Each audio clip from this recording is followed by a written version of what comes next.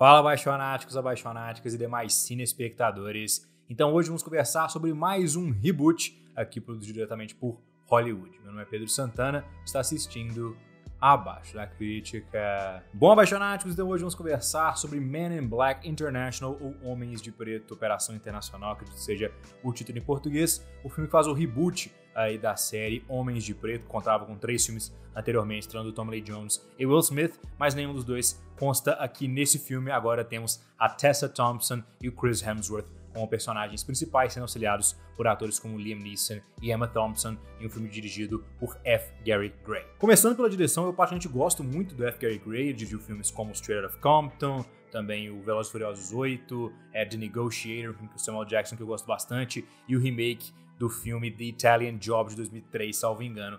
Mas aqui ele faz um trabalho misto, assim, em questão de qualidade, mas eu acho que ele foi muito prejudicado também, em geral, pelas questões do roteiro. No que ele vai bem aqui é na questão da ambientação visual. Esse filme lembra bastante os filmes anteriores da série Homens de Preto, sem você saber muito bem o porquê se não estiver prestando bastante atenção. Então ele tem tomadas remanescentes dos filmes anteriores, né, aquelas tomadas com lentes abertas em ângulos contra-plongé mais próximos, assim, planos médios, que são bem características de Homem de Preto, e também algumas interpretações aqui de localidades geográficas aqui que são feitas com uma certa liberdade poética dentro da franquia Homens de Preto e continuam dessa maneira aqui no Men in Black International. Então acho que a ambientação do filme é legal e a questão visual, a partir das escolhas de câmera que o diretor toma, também dá uma aproximada desse material com os filmes originais. Também gosto bastante aqui das sequências de perseguição de carros que temos ao longo do filme. São sequências de ação legais, mas elas não importam tanto no final das contas, porque eu não gostei da história, então não estava ligando muito o que estava acontecendo ali. Parecia só mais uma coisa interessante, bem filmada, do que realmente algo que tivesse consequência para uma história que eu tivesse me importando. Em geral, a estrutura desse filme aqui é estranha e ela não é ajudada pela edição. Esse filme acaba ficando um pouquinho inchado, tem muito material que eu sinto que poderia ter sido cortado aqui em favor de um filme mais dinâmico e enxuto, como era o caso do Homem de Preto original, era um filme de 90 minutos basicamente, e aqui ele parece até ter um quarto ato estabelecido de uma forma meio abrupta pelo diretor, ou a gente tem um segundo ato gigantesco, ou a gente tem realmente um quarto ato aqui em Homens de Preto Internacional, escolha também que eu não entendi muito bem por que ela foi tomada. Uma coisa que me incomoda bastante nas cenas de ação é o chamado Hero Throw. Teve um vídeo do YouTube, uma vez que eu vi, que falou sobre isso. Basicamente o que isso quer dizer? Tem um vilão ultra mega poderoso e ao invés de ele chegar e matar os nossos heróis, ele pega e fica jogando eles de um lado para o outro. É quase que uma conveniência de roteiro para que os heróis possam sair daquela situação, e é um negócio que eu sempre fico bem irritado quando eu vejo, a não ser quando é num contexto de que o vilão está brincando com os nossos heróis ou algo nesse sentido. Quando é um cara que está numa situação séria, que ele realmente parece querer matar os protagonistas, ele ficar só jogando as pessoas de um lado para o outro não faz lá muito sentido. Isso me irrita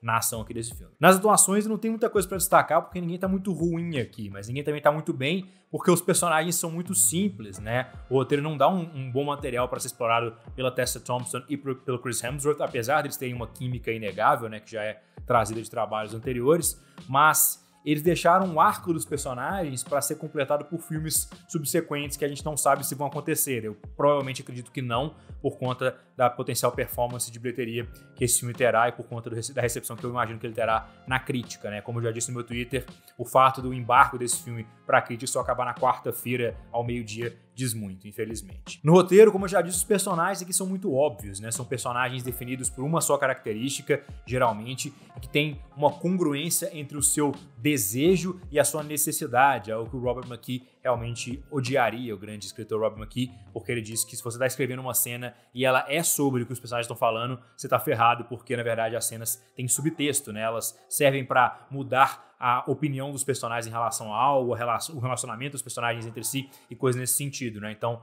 nesse ponto, os personagens são muito óbvios aqui no filme, porque as motivações deles são explícitas e as resoluções que eles têm não fecham nenhum tipo de arco dramático. Como eu já disse, o arco foi deixado para os próximos filmes, algo que eu não concordo. Em geral, também, esse filme aqui é bastante previsível. Ainda no primeiro ato, eu meio que defini tudo que ia acontecer com os personagens principais do filme e eu estava correto, infelizmente. Eu detesto filmes nesse sentido, porque eu gosto de ser surpreendido por boas escolhas de roteiro que nos levam a lugares inesperados, que aqui não é o caso de forma alguma, e tem um cachorro latindo loucamente aqui. Espero que nunca tem cachorros latindo nessa região, mas enfim. E finalmente, eu acho que esse filme falta com a consistência interna estabelecida nele mesmo. Ele nem faz um trabalho muito forte em tentar estabelecer essa consistência, essa lógica interna, mas as resoluções aqui são todas tiradas de uma cartola no belo estilo Deus Ex Machina, é bem preguiçoso, e elas nem têm sentido lógico em relação ao que foi estabelecido anteriormente. Por exemplo, a gente tem um personagem que deixa uma investigação rolar sobre o pretexto de que ele acha que pode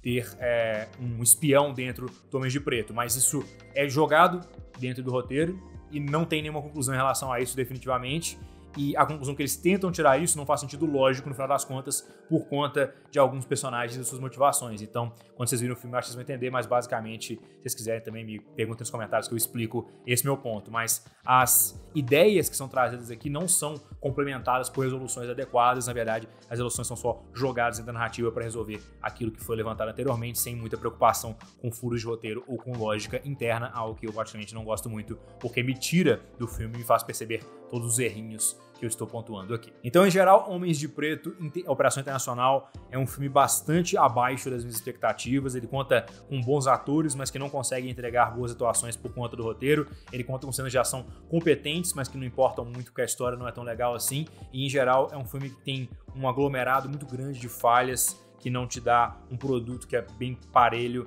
ao que foi apresentado nas interações anteriores de Homens de Preto, mesmo no 2 e no 3, que são bem inferiores já ao 1, então parece que essa franquia só esteve no seu ápice no primeiro e aos poucos foi caindo lentamente de qualidade, chegando agora no seu fundo do poço com Men in Black International, que vai receber a nota 4.8 em 10. Que roteiro dureza. Mas então é isso aí, senhores espectadores. Se gostaram do vídeo, clica na marca para se inscrever no canal, se tornem apaixonados ou apaixonadas, quiserem fazer parte da crítica, claro, deixem aqui nos comentários o que vocês acharam de Men in Black International, se vocês gostaram, se vocês não gostaram, por ser muito válido em ter esse YouTube. Até a próxima.